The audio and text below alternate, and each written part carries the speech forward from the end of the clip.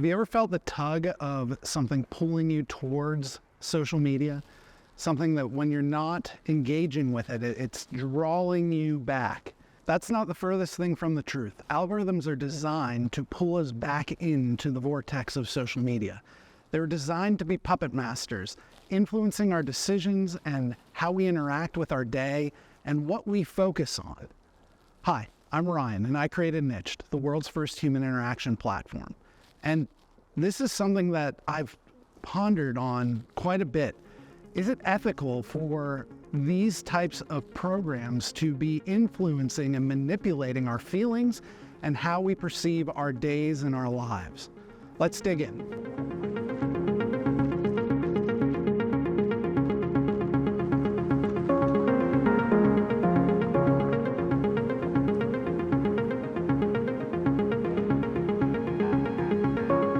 Algorithms have learned one key crucial piece of information to keep us engaged longer. And that is that if you tap into our emotions, we're more likely to stay on the platform that we are currently using. Most of the time, what they're tapping into is our anger or our frustration or something that we disagree with, so that we comment or we like, or we go and we start a conversation, which in turn will bring us back later to continue that conversation. This is not how we seek out interactions in the real world. The way we do it in the real world is the opposite of that, actually. We seek to have pleasurable experiences, happy experiences, experiences that we remember for a long time are the ones that are the best in our lives. We also remember the bad stuff, but we tend not to dwell there. We tend to go back and say, oh, I really love doing that. Let's go do it again. The other tool that algorithms have available to them is the ability to shape the information that we get. And it's their key job. They get to promote what they decide is most important. And oftentimes what's most important is not the things that are good out in the world. Oftentimes what's most important too is not necessarily things we agree with. And sometimes, and at least plausibly, it could be things that are the creators of these platforms' ideas and opinions. But we don't know because there's very little transparency there.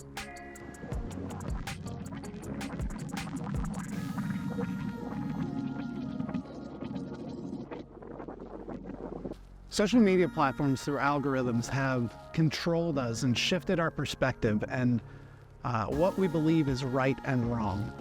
We've shifted away from our interests and our hobbies and what we enjoy to do onto things that are most divisive. And the reason for this, I've talked about it before, is because algorithms were trained to go and learn what would keep people engaged for the longest time. We are the products on social media. So if we're not in the shop, there's nothing to sell.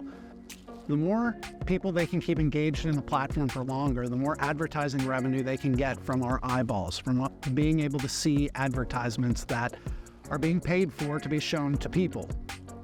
This means the quickest way to restock the shelves is to keep us engaged. And what the algorithm has found is the quickest way to keep us engaged is by putting divisive content in front of us. Stuff we don't agree with, stuff that makes us angry, stuff that will make us sad. Those types of things keep us engaged for longer, which means there's more opportunities for them to sell advertising.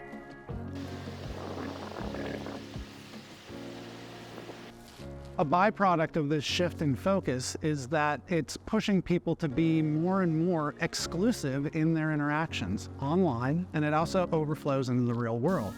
So this creates an environment of echo chambers. It's kind of funny to me that the same people that applaud social media companies for engaging their algorithm more tightly to make it harder for certain information to get out there also decry echo chambers. They're out there saying that this is a bad thing. Echo chambers can contribute to the polarization when we're only hanging out with people that we agree with and not hearing new ideas. I have a curious mind and a curious personality, so I'm always pushing myself to learn new things and hear different opinions. And I've had thousands of conversations through my life with people who don't agree with me 100%, who don't align with my political or religious beliefs. But the beautiful thing of it is we usually had conversations. Sometimes they were short. They might have been 5 minutes. Sometimes they were long. They could have been a couple hours. I'm aware that from watching the way the world works, that's not a comfortable thing for most people. Most people would rather stay where they don't have to rub up against ideas that are contrary to what they believe, that challenge them. Most people would prefer to not be challenged. But the fact of the matter is when we do that, we lose a level of control, and we definitely lose the freedom to express ourselves and to interact with ideas.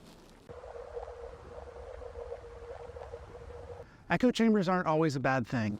Interacting with people who you agree with is actually one of the most enjoying things in life.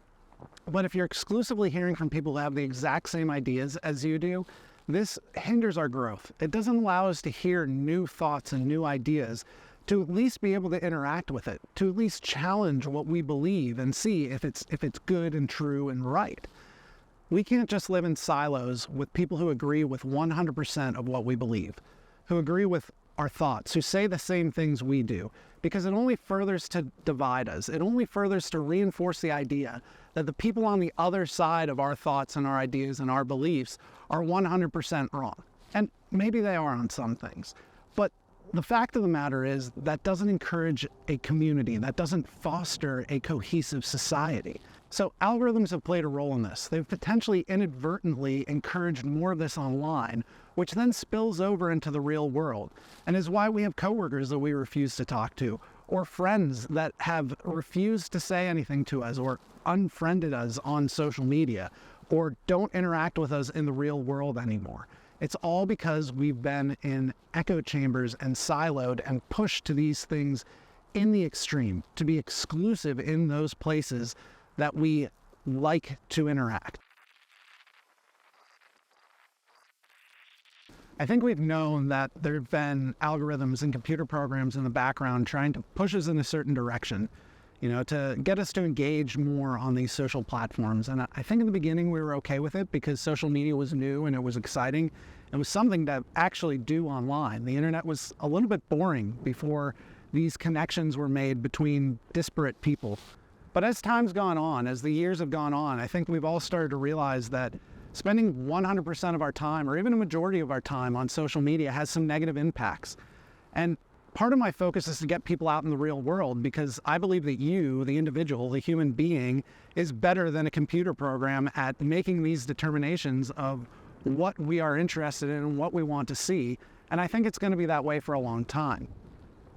I think that individuality and our ability to choose and our ability to discern right from wrong is way more accurate than a computer program promoting or demoting certain types of content based on how it's interacted with, or potentially people behind the scenes demonetizing things or promoting it over other things as well.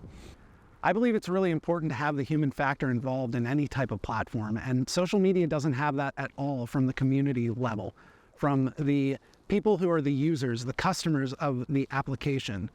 They instead are directed by a small group of people who work at these companies and have access to the filters and levers of the algorithm themselves.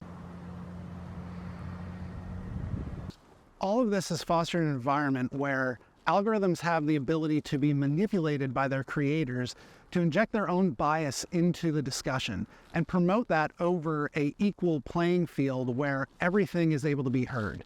It's extremely important for us to have the freedom over our individuality, over the right to choose and be able to decide what we want to see and interact with. We can't do that if we have algorithms in the background playing puppet master, deciding what their masters get to promote to us. And we've engaged in this free of charge, without any thought. And now we've come to this point in time where everyone is starting to kind of realize that they're being pulled and tugged in directions, and it's really not a good thing for society. A better world would be one free of algorithms, at least in terms of being between us and our data and information, and between us and our relationships. That way we know we get the freedom to choose and develop our own thoughts, our own ideas, our own friendships, and our own interests.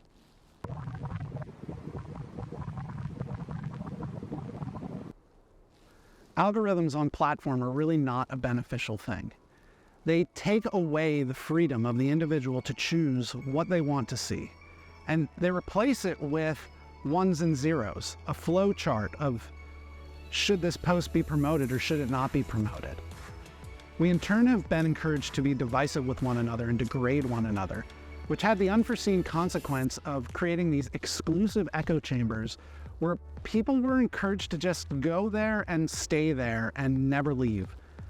And this has spilled over into the real world. We have the right to be wrong about our ideas. It's one of the greatest things about this world and about humanity. You don't have the same rights online. We don't have the same freedoms online. And I think that is a real problem. I think that's something that we should all take into consideration on how much time we're spending with these platforms that are insistent on sucking us in and keeping us there and scrolling forever. You are smarter than an algorithm. I don't care who you are, you're way smarter than an algorithm. You know better than these platform owners on how you want to interact with information. And I think you should get out of your echo chambers if you've been stuck in them for a long time. Because even though you might go out, and probably will go out and find that the arguments don't change your mind, you at least have heard the arguments and you get to interact with those people. And instead of dehumanizing them online, we get to learn that most people we can find some common ground that we agree with on. Algorithms don't get the right to be our puppet masters, and neither do their creators. And it's up to us to do something about it. It's up to us to decide what we want to do with this information that we've gotten over the last couple of years on how social media affects our lives. My suggestion is that we resist algorithms. Niche is the world's first human interaction platform, and it is totally within your control. To learn more and to resist the algorithm, go to beta.niche.com. If you like this video, leave a like down there, add a comment, and if you really want to help support us, keep watching because the next video is coming up right now.